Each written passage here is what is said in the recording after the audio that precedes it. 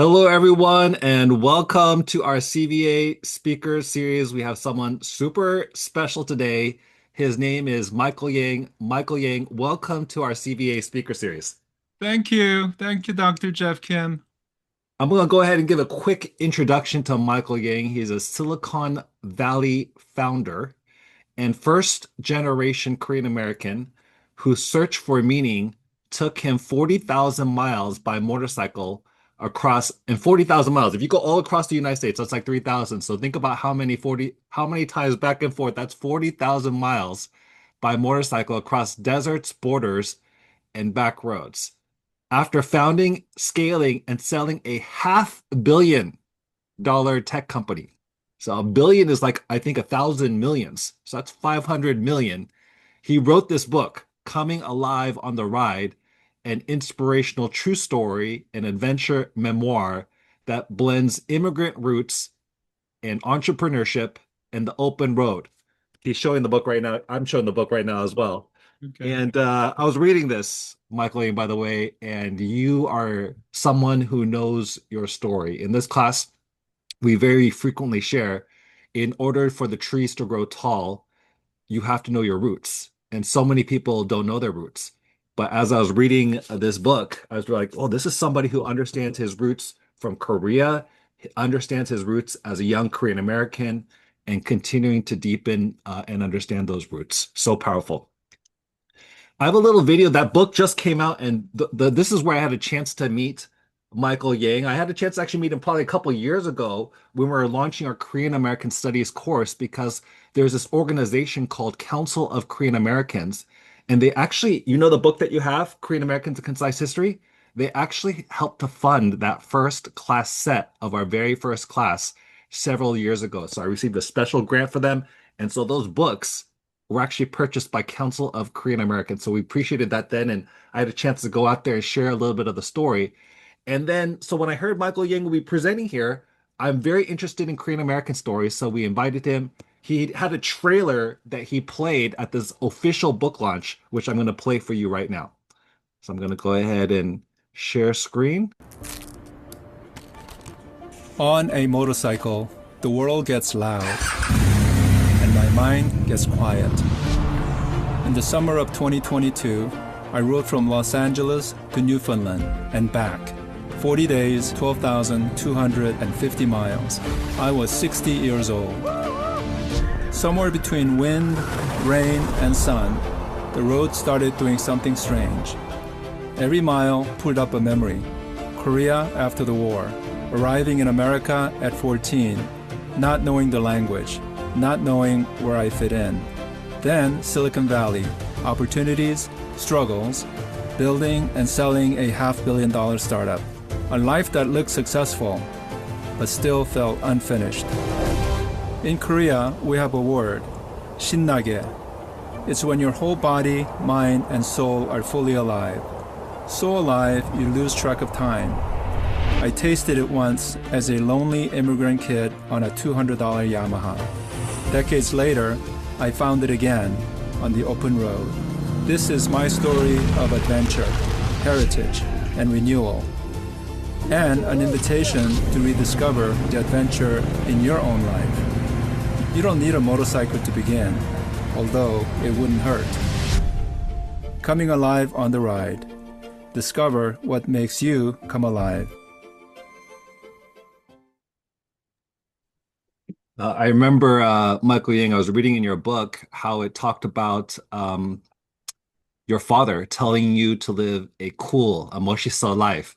Mhm. And when I saw that video and I saw you share, I go, man, that's pretty 멋있어. Like selling, being so successful with a company, then going on adventures like this, and then really thinking about the meaning of life. Tell us a little bit of your story, a little bit of your journey, and then the book as well. Okay, yeah, sure. So my story is one of Korean boy who grew up in Korea in the 60s when Korea was impoverished after the Korean War. And moving to America as a 14-year-old teenager and settling down in San Jose, California, that later became what's known as Silicon Valley. Uh, and Despite all the challenges, struggles, failures, I kept going and got the best education I can, um, and gained work experience first as an engineer, then later as executive running companies, and then eventually starting my own startup in internet and succeeding. But after that, the dot-com bubble burst, and two new startups that I started after that didn't didn't sort of turn out the way I expected or hoped. And so we moved to Southern California in 2013, and we have four children. My wife and I have four children. They're now one is in college, two are in high school, and one is graduated from college, and he's working at a startup in San Francisco.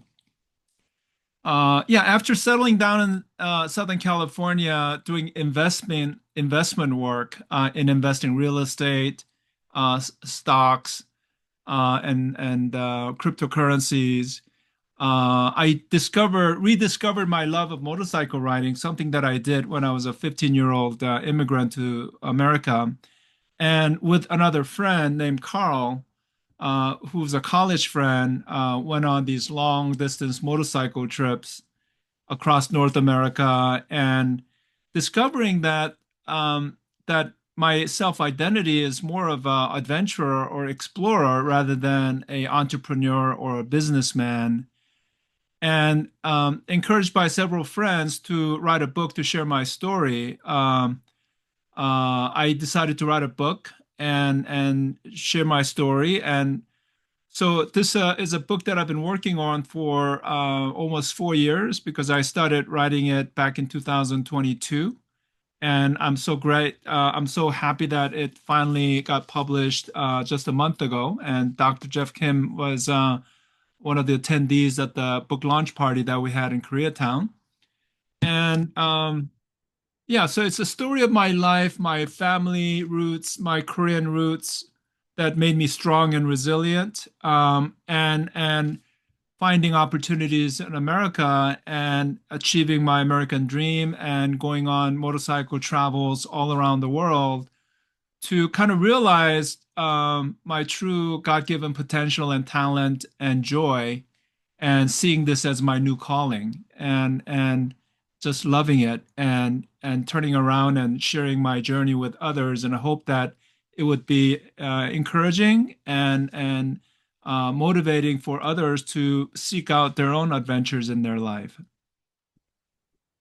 And tremendous adventures and great questions that are emerging from these adventures. I know you're asking questions of yourself and of others, like who am I and why am I here? What's success for? And how do I come alive, both on and off the bike? Those are really powerful questions. Initially, I would have thought just creating that startup, being a successful year, that would have been Shin-myeong enough. So, can you tell our students, first of all, give a little bit more background on what a startup is, what it's like in the Silicon Valley, what a high-tech firm is, just a little bit more context. Oh, sure, yeah. So, when I came to America in 1976, there was a small startup company called Apple Computer. It was started by two guys. His name was Steve Jobs, and the other is Steve Wozniak. They were called two Steves, and they had an idea to design a personal computer, and wanted to realize that dream of building and marketing personal computers. So that was my first encounter with Silicon Valley startup.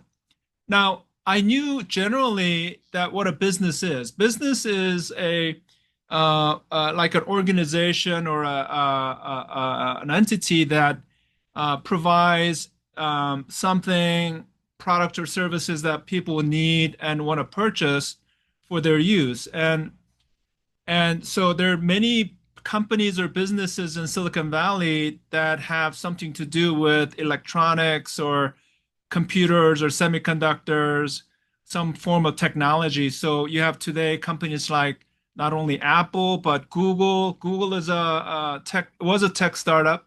Facebook or Meta was a tech startup. Even OpenAI that developed ChatGPT it was a startup. Now it's more grown. So in Silicon Valley, there are many um, startup companies that are developing new products and services using the latest technology to deliver something that's useful for people to use. So, for example, um, OpenAI developed this ChatGPT AI app that basically allows you to like ask questions and get lots of very good information and knowledge on how to do things about whatever the topic.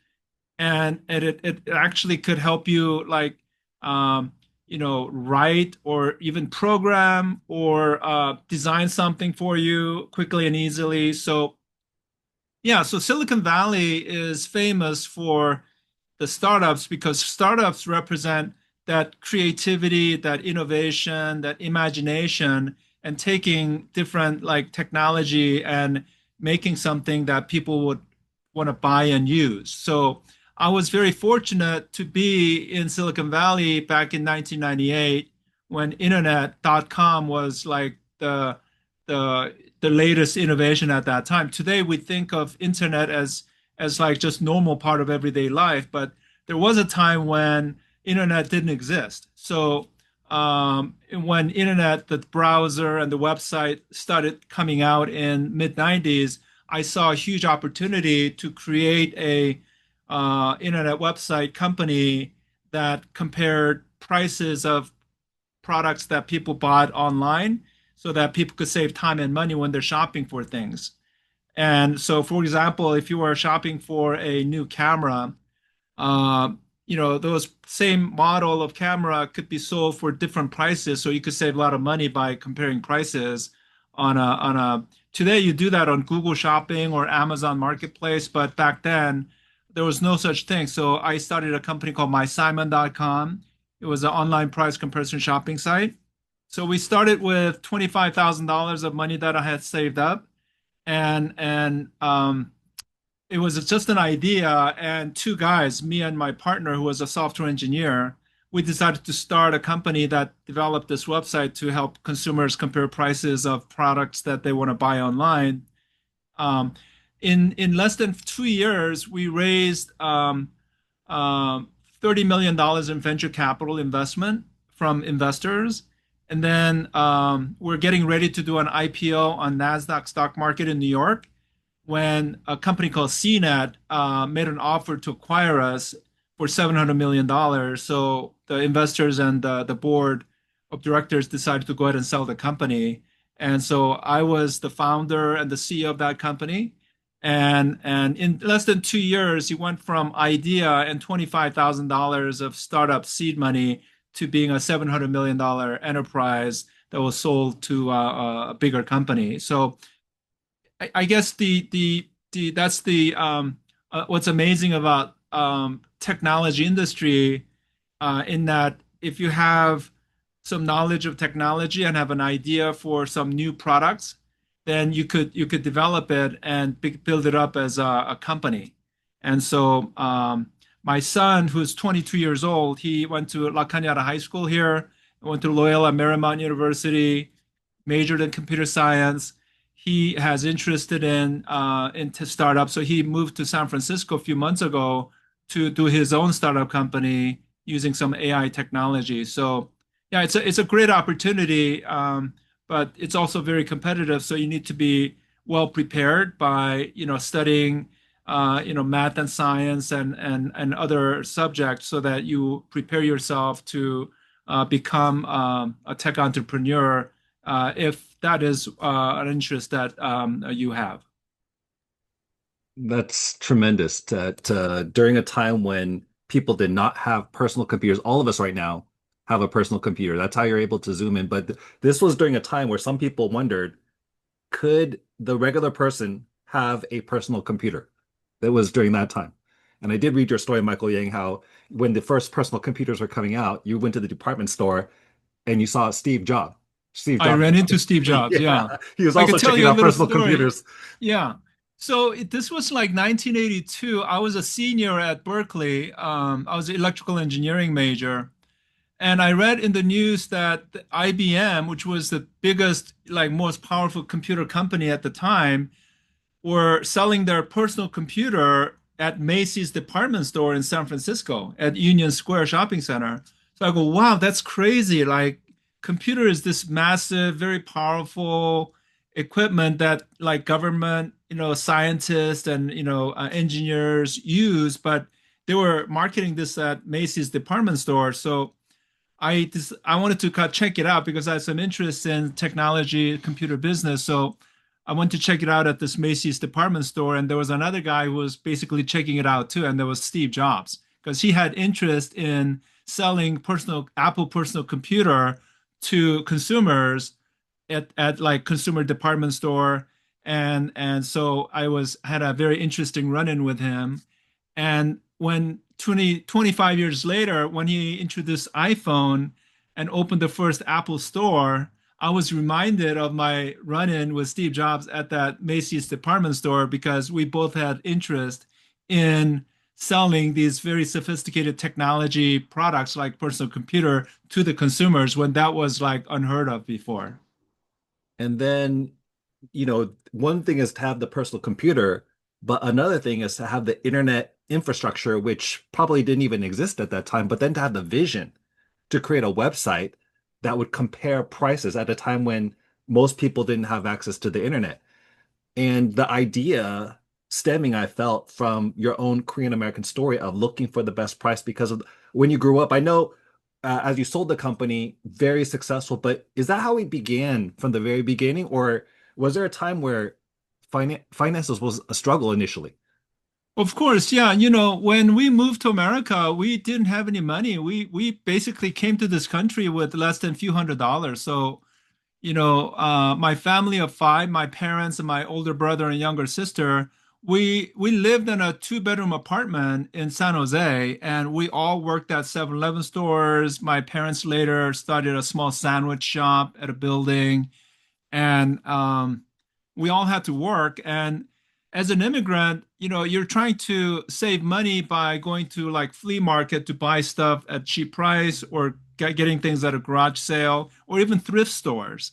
But then when you're buying something new, like let's say you want to buy a stereo system or audio system, I always compare prices of a same stereo system from one store to another because I noticed that the price is different, right? So that was kind of immigrant way of saving money by comparing prices. But when I saw the internet browser and the World Wide Web come out, and I said, oh my God, this is a revolutionary invention where all the computers around the world will be connected and all the information will be shared, but also internet will become like an online marketplace where people can buy and sell things. So then wouldn't it be useful to have a price comparison website so that it makes it easy for people to compare prices to save time and money? And so that was sort of the idea that allowed us to start mysimon.com, the price comparison shopping site, based on the experience and just kind of thinking that new technology allowed this kind of new service to be able to happen. Just like ChatGPT was built using the transformer technology that Google invented even a few years before then, and all this GPU technology that made it possible to train the AI system. So, tech entrepreneurs always think about the future and look at what's technologically possible to create something new that helps people in a positive way. What I thought was so powerful was you're looking ahead, but then it was connected to helping others and also connected to your roots as a child growing up.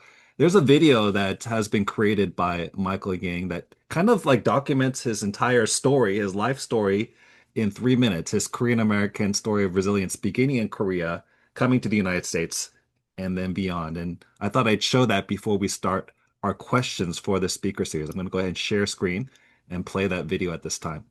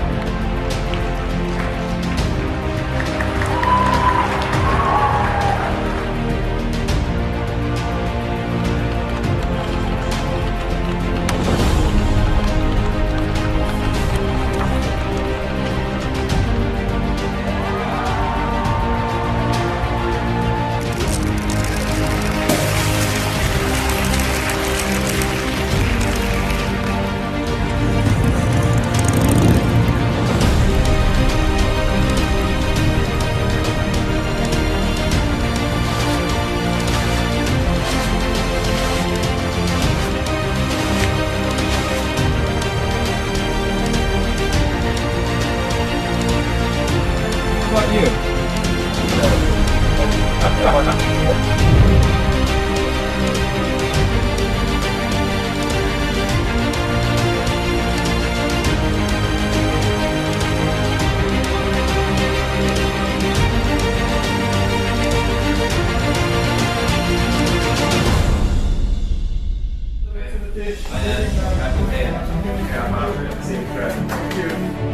I love you. Love you. Thank you.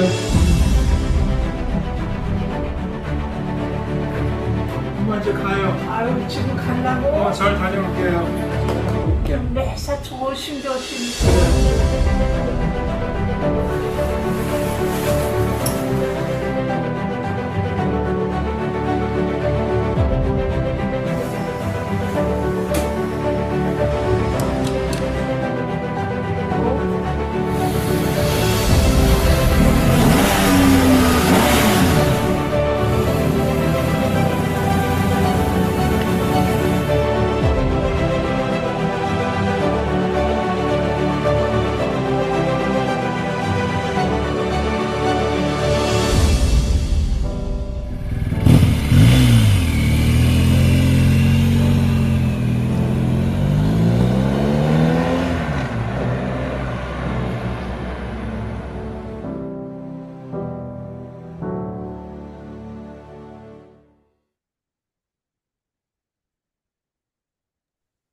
I have to say, Michael Yang, after attending your book launch, I wanted to also live Shin-myeong, so I have a road bike.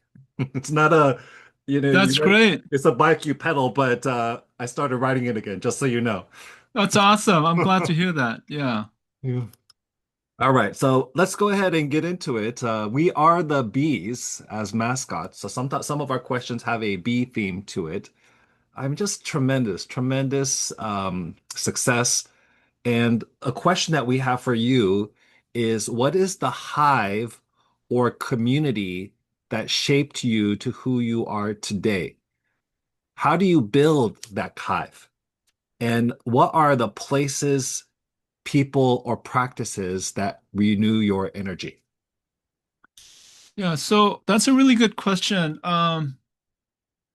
The high for me is clearly my family. My father passed away 2 years ago, but it was clearly, my parents who made a lot of sacrifices to come to America in their 40s to give us a better opportunity in education and in life. And also my brother and sister, and all my kind of friends from childhood, elementary school to high school to college friends and new friends that I meet, as an adult. So, um, my father taught us uh, to live in peace and harmony. He would have a like a writing on the wall. 이 집이 평안할지어다. It's a Bible verse where Jesus said, "Let peace be in this house," right? And so he felt that peace in the household was really important, partly because he went through a lot of conflicts and drama as a result of the Korean War and family conflicts. And I think he suffered from that. So I think he tried his best to provide a peaceful, harmonious family for us to have a strong grounding. And also, he taught us to be positive and be thankful in all things.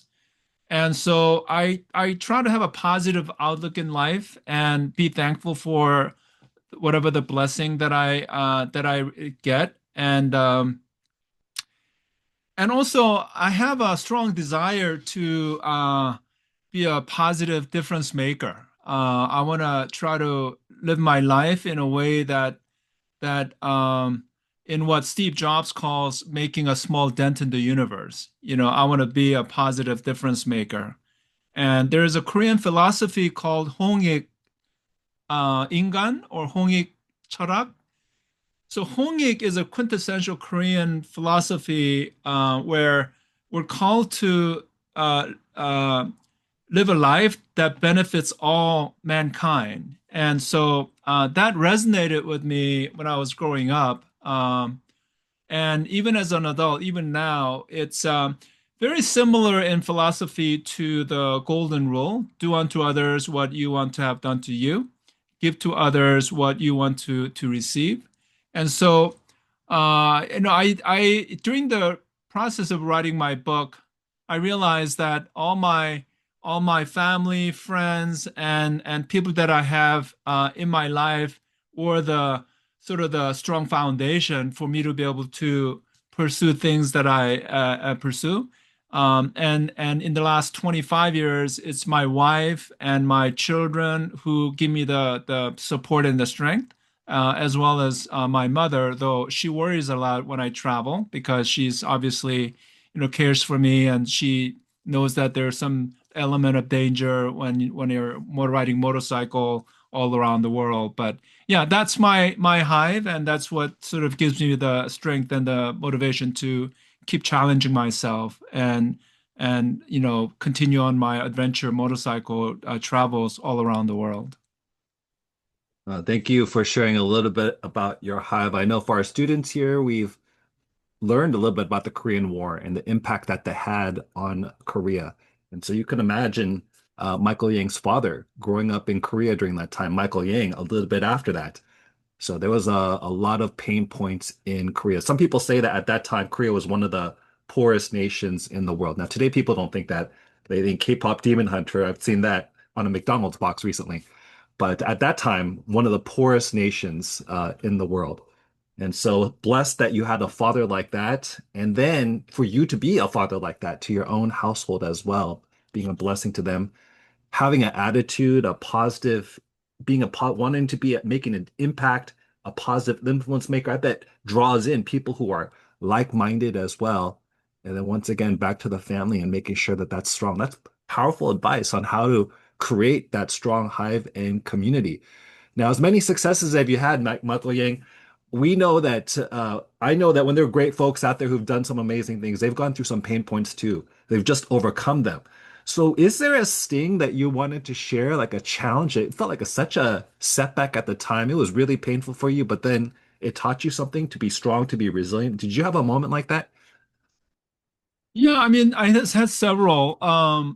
I would say that, getting laid off at companies that I was working for, that was a shock and a huge, disappointment at the time. I was running this company as a president, and I was unceremoniously pushed out as a CEO president because the business wasn't going well. Or or being pushed out as a CEO of my own company, mysimon.com. The board wanted to make somebody else CEO because they felt that they could generate bigger return on their investment. And so anyway, these were like difficult periods of my life. But, as I was writing my book and looking back in my life, I realized that when God closes one door, then he opens another. I really believe that. And so all those times that was really difficult, like stinging moments in my life, it turned out to be what God had planned for me because he had better plan for me. So he closed that one company or one opportunity, and I was able to pursue a different. And I am today feel like I'm so blessed in so many ways that I really don't have any envy of anyone on earth, which was not always the case. Yeah, I think all of those failures in life, at work, in relationships. I had a difficult divorce one time, and that also turned out to be a blessing because I was able to meet my soulmate now and raise a wonderful family with 4 children. Yeah, so yeah, I think those failures that seemed very hard at the time turned out to be the what God had planned for me, and I'm thankful for all those failures. That's a great advice. Sometimes we hear the success story and we don't know how many pain points there were. I mean, when we heard about the success story, I don't think anyone was thinking about being laid off or pushed out of your company, those very significant pain points. But thank you for sharing and being vulnerable enough to share that with us. And then to even say today, looking back, and maybe even at that time, hey, maybe there's going to be an open door. This closed door means there's going to be another open door for me. And I hope our students can feel that way too. Whatever opportunities you're going for, some of them are open doors and we're celebrating you, but then sometimes the door is closed and then there's just going to be another open door for you, just as Michael Yang is sharing. But you've had many open doors, many successes. And when bees work hard, and I know you work hard, Michael Yang, what does honey, when bees work hard, they make honey. So what does honey look like for you? What does that success look, what does that mean for you? Well, okay, so I think there are several honeys for me. Obviously, you know, um, having the financial security and financial independence or freedom is a big source of stability, and it allows me to not have to worry about money and allows me to enjoy small fine things in life, whether it's you know, riding a motorcycle, buying a motorcycle that I enjoy riding, or being able to take family on a nice family vacation, once or twice a year, or going on these long motorcycle trips around the world without having to worry about financial constraints. I think is a one reward.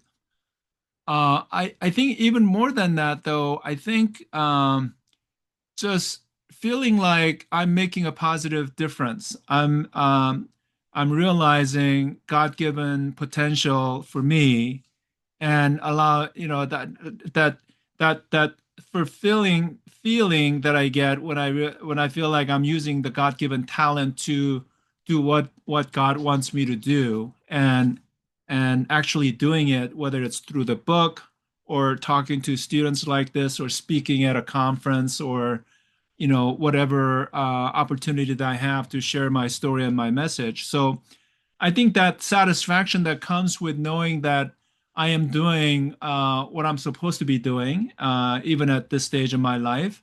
I'm 64 years old, but I'm still very, active and proactive, and I have a lot more things that I want to accomplish in life. And so, yeah, I think that feeling of self-realization and fulfillment of my God-given potential and talent is also honey or reward for me. I've heard that when someone lives out their purpose, what greater joy is there than doing what we've been purposed for and now being in a space where you're not constrained by finances. You could just ask yourself, what would bring me the greatest joy and bring others the greatest joy? And I think that's a great question to ask whether you have financial freedom or do not have financial freedom, because that's a very powerful question. And often think about when a person has achieved a great level of success, what are they going to do after, right? Because that says a lot about that person. What are they going to do after they retire? That says a lot about a person. So I think you're telling us a lot about yourself and your values through the decisions you're making. Now, I know you've already made an impact, but there's probably things, and you said there's future things that you want to do. What's one community, country, or global issue you'd love to swarm with innovative solutions? The answer is not there yet, but you'd love to swarm with innovative solutions. What would that be for you? Wow. It's it's very grand, and I don't have control over this issue, but um I wish that people on Earth will live in harmony with one another without going to war, without killing one another, just accepting our differences, celebrating our commonalities, and just living in peace. I feel so bad about what's going on in Iran right now, and all those conflicts in Ukraine, and it just breaks my heart to see, one country like hurting another country and destroying things, killing people, destroying properties that that was built to provide for, families and communities and countries. So yeah, it's just a very disheartening kind of thing to see happen around the world. So, you asked me a question about what thing would I want to see happen. I think it's just, people on Earth living in harmony and peace with one another without destroying and killing one another. That would be a huge thing that I would love to see happen. That's a powerful goal. That's a powerful goal. Is there a golden pollen, that an idea that you have? I think I know what you're going to say, but do you have an idea that you have and that you wished would spread everywhere, that you think maybe some people don't know, but they need to hear this like motto or wisdom? Okay, yeah. So I would like to see people not only overcome failures and be very resilient, right? Be like uh, um, there's a thing called otugi in Korean. It's the thing that if you fall down, it comes right back up. I don't know what that toy is in English. Do you know, Jeff? No, I'm not sure. Okay, otugi. It's a thing that if you tip it over, it comes right back. So it basically it doesn't stay down. It always comes back after failing. But so being resilient is a given to me. I think, but I want to encourage people of all ages, young and old, to challenge themselves and embrace like some adventures in your life, in whatever the form might be. So in your case, Dr. Jeff Kim, it was like going on a road bicycle like trip to the somewhere far, right? Or to the mountain trails or whatever. So just embrace the adventure and overcome that fear, because when you're about to take on something challenging, there's always the unknowns and the mystery, and people get like scared and fearful. So don't let that fear decide for you. So just wrestle with that, do your research, and then like as long as it's not fatal, I want to encourage people to challenge yourself to do something adventurous in your life, whatever that may be. And if you do that, you'll grow as a person and you'll become stronger and find more about yourself and what you're capable of. And hopefully that will make a world a better place if enough people did that.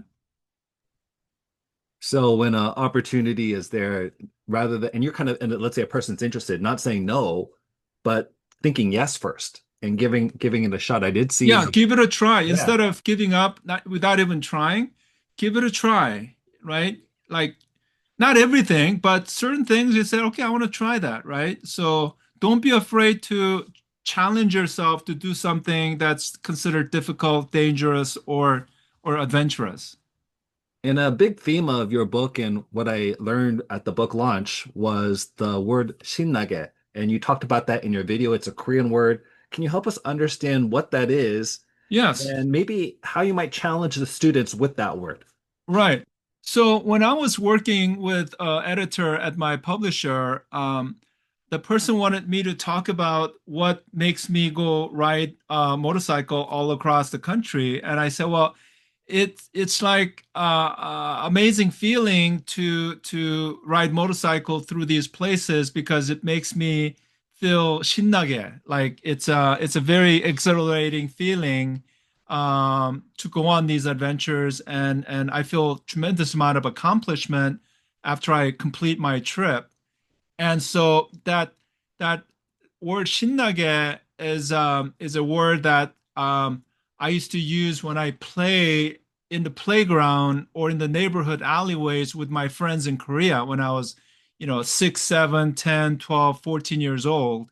It's just that it could be hide and seek, it could be tag play, or it could be playing with marbles or playing with soccer ball or whatever play might be. But when you're so into playing that game and having fun, that's 신나게, right? And I want to encourage people to, just play and have great time in whatever games or whatever plays you're into, because I think that that having fun is very, very important in person's growth, and it basically allows that person to take on greater challenges because they want to have that 신나게 feeling by accomplishing it rather than worrying about the failures or the fear of failing. So think about the upside possibilities of the reward that you get by taking on challenges or adventures, and make your decision based on that upside, not on the potential downside of potential risks. I love that. I think so many people focus on, oh, I have to do this or I have to do that, rather than what brings me joy, what makes me feel shinage. And I know Michael Yang, you've also phrased it as like being in the zone. So when you're doing that work and it doesn't even feel like you're working, like you're Hmm. working hard though, but it Yeah. doesn't even feel like you're working. I think that's the aspect of shinage you're talking about. What is that for you students? That's the challenge Michael Yang is giving to you. And in just a moment, I want you to think about questions that you want to ask Michael Yang, as well as we move to the Q&A portion, students asking the questions. But I just want to thank you, Michael Yang, as we conclude this recorded portion. Just thank you so much for sharing your wisdom with our students through the speaker series. There's so much we're taking away. Thank you so much. Oh, thank you. My pleasure. It was good. I would love to answer any questions. Wild applause, everybody. Wild applause. My name is Jay. I'm currently a math teacher working with Dr. Jeff Kim. Dr. Jeff Kim also is a personal mentor of mine, somebody who's just helped me navigate not only my educational life, but also just my personal life.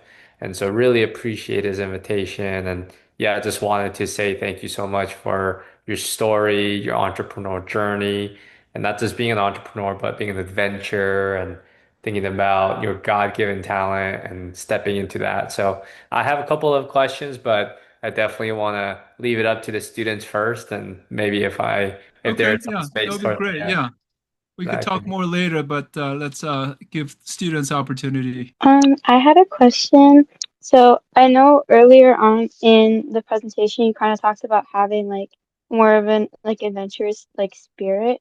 And I wanted to ask like to someone like younger like myself who like feels very adventurous, like what can I do to like what's the word? Like stoke that like fire in me, like keep it going.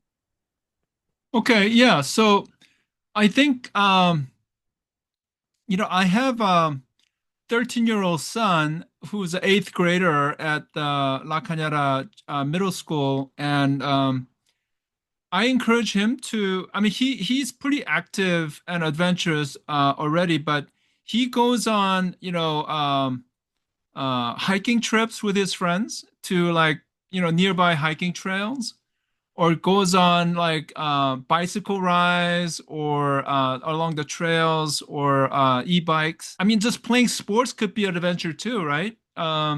Sports, outdoor activity.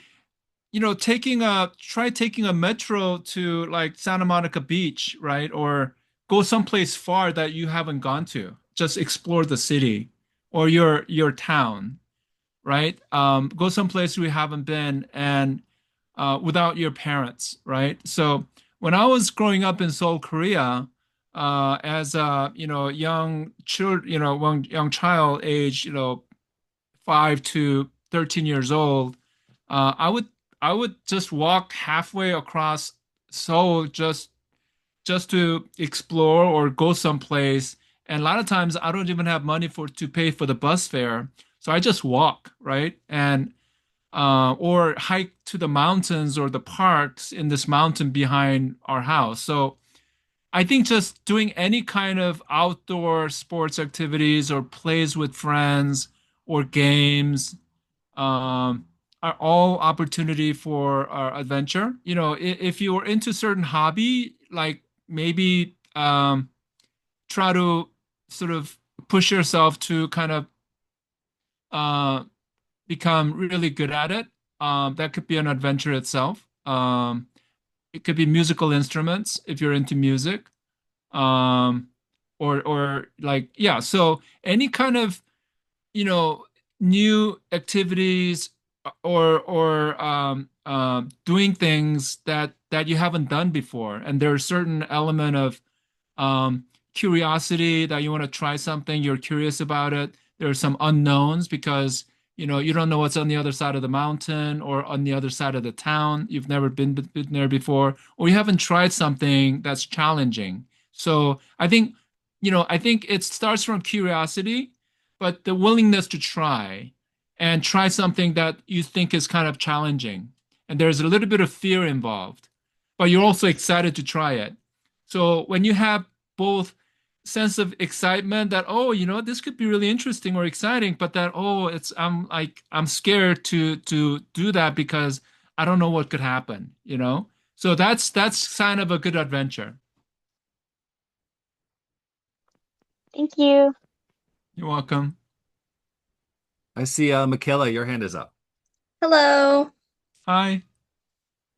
My question is, I know you have like your own like autonomous sense of adventure, but I was wondering if there's anyone in your life who has encouraged you and pushed you to try something new that ended up working for the better. That's a good question. Nobody pushed me to adventure. So in case of my Simon, that startup company that I started in Silicon Valley, I had a dream of becoming a successful businessman, largely because I didn't want to struggle for the rest of my life with financial constraints. And so I wanted to make it in business. And so I was very fortunate to have the opportunity to start a technology startup and that had a very big exit, or we sold a company at a large valuation. So that was more self-motivated. Now, the motorcycle trips that I started going on, when I started riding motorcycle in Southern California in like 2018, I just rode to like not too far places, like from La Cañada, where I live, near Pasadena, to like Malibu Beach, which is about 50 miles away, maybe 1 to 1.5 hour ride away, or through the Angeles Crest National Forest behind my house. And there was the Angeles Crest Highway that goes to Palmdale. So it starts out going someplace nearby, but then I had a college friend named Carl who also rode motorcycle, and he lived in Seattle, but he rode his motorcycle down to LA to go on a motorcycle trip to El Centro near San Diego. So we went on a 3-day trip, and that was really a good trip for me because I don't think I could have gone on a 3-day motorcycle trip by myself because I was too inexperienced and too scared, to be honest. But going with a friend who has some experience with motorcycle travel gave me the courage to go along and kind of learn from him. So, so I think having that friend that you could do that adventure with is incredibly valuable because when one person falls down, the other person could pick them up, right? So you're able to take greater risks, more adventures, and still come out okay. It won't be fatal, right? So, I think nobody pushed me, but having a friend who I could go on long motorcycle trips together with helped me take greater like trips. And eventually I became quite experienced and proficient on my own that when I wanted to ride from LA to Alaska, which is really far, it's like 5,000 miles up and 5,000 miles down. But my friend was busy. He was a lawyer in Seattle, so he couldn't go. So I just decided that I will go by myself. I feel confident enough about my ability to ride on my own and pack all the things. So I was able to do that trip on my own. I came back feeling so satisfied. I felt quite proud of myself for doing that very, challenging motorcycle trip solo, right? So yeah, so I would say, do something with somebody like a friend when you're a little bit scared, because that doing it together gives you that courage, especially if that friend has some experience in whatever that adventure might be. Thank you. You're welcome. I know we're kind of cutting it close on time. J. Kim, do you have a question that also would resonate with students as well? Yeah, I think one question that I would have is about resilience. I think being a Korean immigrant and coming back and coming from so much poverty and coming to America, and it kind of built your resilience to be able to continue to move forward, whether it's your company and now with the motorcycle journey. So maybe you could speak a little bit on what it looks like to cultivate resilience for our students, and so that when they face challenges, they can push forward, that they can keep going. So if you could speak on that, that'd be awesome. Okay, yeah, so that's a good question. How old are the students mostly in this kind of group? Most of them are juniors or seniors in high school, Oh, okay, so 16, 17 years old. but no younger than ninth grade though. Okay, Yeah. okay. So that gives me a pretty good idea. I would encourage all the students to try to be as independent as you can and be as responsible as you can because um, I tell my own children that if it's to be, it's up to me. So whether it succeeds or fails, don't blame others, just blame yourself if some things don't work out. So I think having that independent mindedness and be being responsible is very, very important in one's success as in life because without it, it's hard to um, take ownership. And um, in my case, my motorcycle travel made me a lot more independent by traveling by myself because if I have a mechanical problem with the motorcycle or some other weather conditions turn really bad or the road condition turn really bad, I had to figure it out for me to successfully complete my trip. And so that sense of independence and ownership gives me a greater degree of freedom and sense of accomplishment when I finished it, right? So, I want to encourage students to try to own up and be responsible and be independent because that will help you to become more resilient and more successful in life because you take ownership of your own actions, not somebody else. Not don't blame parents or classmates or brothers or families or friends for anything. Just be independent and own up to what you do. And whether you succeed or fail, you'll learn more from being independent and being responsible. Thank you. Yeah, it reminds me of a book called Extreme Ownership. It wrote a guy from Navy SEALs wrote the book, and he talks about everything that you do, you take full responsibility for it, and that's the only way that you can learn and improve. So thank you for that, Yeah, man. exactly. Yeah, that's a good title for that book. That's kind of, yeah, I think taking ownership is really important. You know, Michael Yang, when I was growing up, I never had a teacher that looked like me in all my K-12 education. And then moving on, very few leaders out there who also look like me. But here we are, and thank you for documenting your story so well, your Korean story, your Korean American story, and then being a leader in so many spaces, and then also documenting it so well. So Oh, thank you. yeah, we look forward to some more stories also emerging. I'll keep our students posted. But at this time, thank you so much for your time, Michael Yang. Students, I'm going to want to talk to you for a little bit longer, but shall we give Michael Yang a great applause, a wild applause one more time? Okay, thank you. Thank you so much. Thank you so And much. I hope that you will have chance to read my book and get something out of my experience and story. You know, that is this book is so well written. I was thinking Michael Yang knows his story. And I think this is so needed today. More people to know their story and to tell their story, for us to listen to each other's story with empathy and respect and do something good with our story. And I'll tell you, Michael Yang, when more people do that, I think it will also bring that peace you're talking about because so much I of that division happens because we don't know each other. exactly. Yeah. Okay, thank you so much. Thank you.